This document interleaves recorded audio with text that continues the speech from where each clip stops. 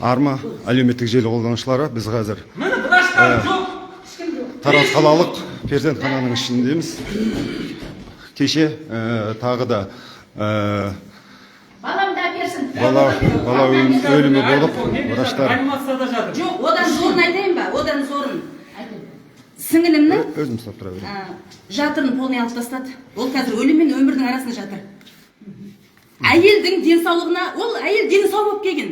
Бала 400 крупный плод өзімен келді. Оны район крупный плод болғаннан кейін бұға яқа Кесарева өздері де жасауға жүрексініп орталыққа жіберді. Орталықтар спокойно, бәрін спокойно. Өзі туады деп өмірімен рисковать етті. Мен жәнде болдым, даже Кесарева жасашы, кесіңдерші деп жылаған кезде де бізге өзі туады деп. До конца сіңілімнің өмірімен рисковать етті. Міне, бала өлді. Міне, бір адам өлді ма? Жоқ, кеше врачтың өзі мойындады біздің. Бұл қаншасы баласы еді? 6-шы баласы. 5 бала тудың 6-шысында өзің туасың. Ол ондай емес, ол әр баланы туғанда кәдімгі бірінші рет туып атқандай болады. Ол адамнан адам шығу оңай емес. 20 мың сұраған. Қалай 20 мың? Жоқ, былай ғой 20 мың. Егер ол бар ғой, егер ол келіншегім, маған өзімен еші жазған жоқ, міне әкпесіне жазған. Врачтарға, медик па, акушерға айтқан. 20 мың теңге берсең, врачқа беремін.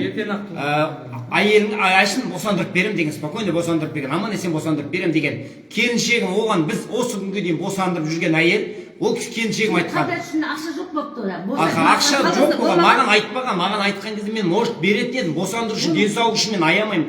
Бірақ ол айтқан, аман есен босанып алсам беремін деген. Одан кейін ол четверг күні болған. Ол суббота күні болған. Суббота күні ол уже егер оған 20 мың теңге бергенде, оны суббота күні босандырып кететін еді ол врач. Суббота күні келген врач жоқ. Ол значит оған 20 мың бермедік біз. Ол врач тастады да мынаған тастап кетті. Манаған ол тастап кетті. Бұл дежурный. Ол әйел 41 неделя оған четверг күні болып қойған. Ол уже пятница күні. Суббота күні 41 неделя медицинский тілмен өздері де біледі. Бала уже 41 неделеден асқаннан кейін бала уже әлсірей бастады екен, оказывается. 41 неделеден асқан, ол уже пятница күні рабочий денде бұлар босандырып алу керек.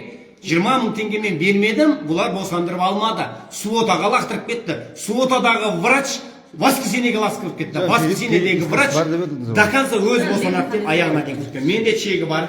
Чегі не дейін көрсетем? Ақша бердіңіздер ме сіздер сонда? Мен ақша бермедім. Берген кезде мен келіншегім босанып 20 мың теңге берсең мен врачқа берем. Босанып аласың деген. Көрсе бола ма? Көрсе болады.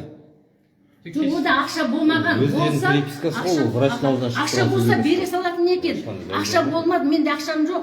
Қазір босандырмаңыз берем деген ғой. Толғақ басталып кетті дейді. Келіншегім связда отқан. Әкпесімен.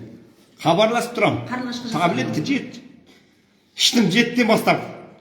Врачқа табыстаймын дейді акушерка. Қарлығаш әкпенің подружкасы. 20 мың теңге не істейін дейді. Аман есен босанып алсам, босанып алам деді. Босанып алсам берем дедім деді.